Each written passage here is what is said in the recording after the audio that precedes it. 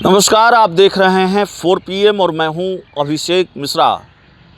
देखिए, बिहार के मुख्यमंत्री नीतीश कुमार की पार्टी जेडीयू और लोक जनशक्ति पार्टी रामविलास के राष्ट्रीय अध्यक्ष चिराग पासवान, या यूँ कहें कि चिराग पासवान की पार्टी लोक जनशक्ति पार्टी रामविलास, दोनों ने समर्थन किया वक्फ संशोधन अधिनियम बिल का। वक्फ संशोधन बिल का समर्थन किया संसद में, और न सिर्फ संशोधन किया बल्कि इसके लिए बाकायदा व्हिप भी जारी किया अपने पार्टी के सांसदों के लिए कि आपको सदन में अनिवार्य रूप से उपस्थित रहना है। वक्फ संशोधन अधिनियम बिल लोकसभा से पारित हो चुका है और इसको लेकर अब चर्चा करेंगे। जेडीयू की बात करेंगे, बिहार के मुख्यमंत्री नीतीश कुमार की बात करेंगे। क्या नीतीश कुमार की पार्टी में अब सब कुछ सामान्य रहेगा, सब कुछ ठीक रहेगा, ऑल इज़ वेल रहेगा?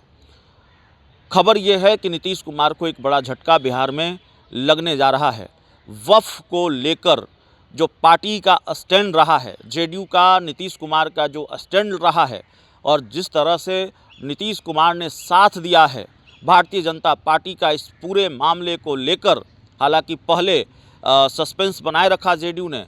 पहले जेडीयू को ये कहने में हिचक जरूर रही कि हम इस बिल के साथ खड़े हैं। जेडीयू के मुख्य प्रवक्ता नीरज कुमार का बयान है, उनसे हमने पूछा था इस बिल को लेकर, उन्होंने कहा था हम इस बिल के साथ खड़े नहीं हैं, अगर साथ खड़े होते तो ये मामला जेपीसी में जाता ही नहीं।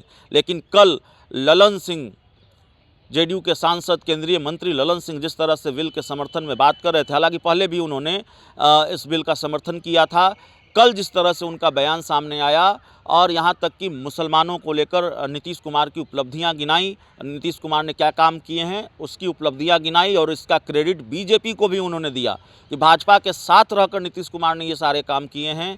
तो उससे साफ हो गया कि जाहिर तौर पर जेडीयू इस बिल के समर्थन में खड़ी है, और ऐसे मामलों में शायद आगे भी वो भारतीय जनता पार्टी के साथ खड़ी रहेगी। और ऐसे मामलों में जो कभी मतभेद की बात सामने आती थी, या नीतीश कुमार खुद कहा करते थे कुछ चीज़ों पर समझौता नहीं हो सकता, या कुछ चीज़ों पर कॉमन मिनिमम प्रोग्राम बनना चाहिए, कॉमन सिविल कोड और तमाम दूसरी चीज़ें, लगता नहीं कि भारतीय जनता पार्टी आगे जब इस तरह के फैसले या इस तरह से कोई बिल लेकर आएगी तो जेडीयू उसमें अड़चन बनेगी। बावजूद इसके कि जेडीयू के सहारे बीजेपी की सरकार चल रही है, लेकिन जेडीयू बीजेपी के रंग में रंग गई है। इस तरह के आरोप नीतीश कुमार और उनकी पार्टी जेडीयू पर लग रहे हैं जिस तरह से बिल का समर्थन किया है।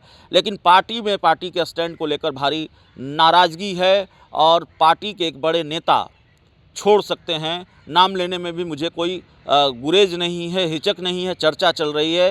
हालांकि उनकी तरफ से ऐसा कोई बयान नहीं आया है कि वो पार्टी छोड़ने जा रहे हैं या वो आरजेडी में शामिल होने जा रहे हैं, लेकिन आरजेडी सूत्रों के हवाले से आरजेडी सूत्रों के हवाले से हमारे पास जो जानकारी है, गुलाम गौस जो नीतीश कुमार के करीबी एमएलसी हैं, जेडीयू के एमएलसी हैं, वो आरजेडी में शामिल हो सकते हैं, जेडीयू छोड़ सकते हैं, ऐसी चर्चा है।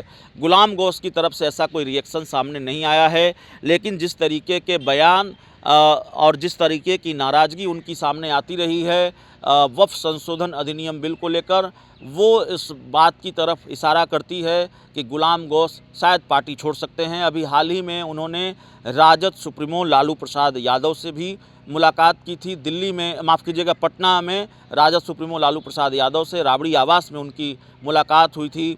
ईद के दिन वो मिलने पहुंचे थे, और इस मुलाकात के बाद से ही चर्चा का बाजार गर्म है कि क्या गुलाम गौस पार्टी छोड़ रहे हैं और क्या वो आरजेडी में शामिल हो रहे हैं। हालांकि गुलाम गौस ने कहा कि ये भाईचारे का त्यौहार है, एक पर्व है, लालू यादव से कुशल क्षेम वो जानने पहुंचे थे, और कोई राजनीतिक बात नहीं हुई है, कोई किसी राजनीतिक कारण से वो लालू प्रसाद यादव से मिलने नहीं पहुंचे हैं। अलग अलग चैनलों पर जब उनके बयान आए, उनसे सवाल पूछा गया इस मुलाकात को लेकर, तो उनके बयान का लब्बो लुआब यही रहा कि बहुत निजी कारण थे और कोई राजनीतिक कारण से वो मिलने नहीं पहुंचे हैं लालू यादव से। चूँकि उनका पुराना संबंध है, इसलिए वो लालू प्रसाद यादव से मिलने पहुंचे हैं। तो गुलाम गौस ने तो अपनी तरफ से ये बात कही, लेकिन वक्फ संशोधन अधिनियम बिल को लेकर जेडीयू के अकेले नेता हैं जिन्होंने ये कहा कि वक्फ बिल को वापस लेना चाहिए केंद्र सरकार को। मोदी की सरकार बैसाखी की सरकार है, और बदलाव के लिए सिर्फ मुसलमान ही क्या दिखते हैं भारतीय जनता पार्टी को, केंद्र सरकार को। ये तमाम बातें उन्होंने कही। यहाँ तक कि ललन सिंह, जिन्होंने सदन में वक्फ बिल का समर्थन किया था, उनके बयान को कहा गुलाम गौस ने कि ये ललन सिंह का निजी बयान हो सकता है, ये पार्टी का बयान नहीं है। लेकिन आखिरकार अब सब कुछ सामने है, अब पिक्चर बहुत क्लियर है, पिक्चर पूरी तरह से क्लियर है। जेडीयू ने समर्थन कर दिया है और वक्फ बिल का समर्थन किया है, वक्फ बिल संसद से पारित हो गया है और इसके बाद अब गुलाम गौस के पाले में गेंद है, वो जेडीयू में रहेंगे कि नहीं रहेंगे। खबर है कि वो पाला बदल सकते हैं। लालू यादव की तबीयत नासाज है, लालू यादव की तबीयत बेहद ख़राब है, दिल्ली के एम्स में भर्ती हैं। लालू यादव के स्वस्थ होते ही शायद जेडीयू को बड़ा झटका लग सकता है, गुलाम गौस आरजेडी में शामिल हो सकते हैं, ऐसी चर्चा राजनीतिक गलियारों में है। इस पूरी रिपोर्ट में इतना ही। बहुत बहुत धन्यवाद।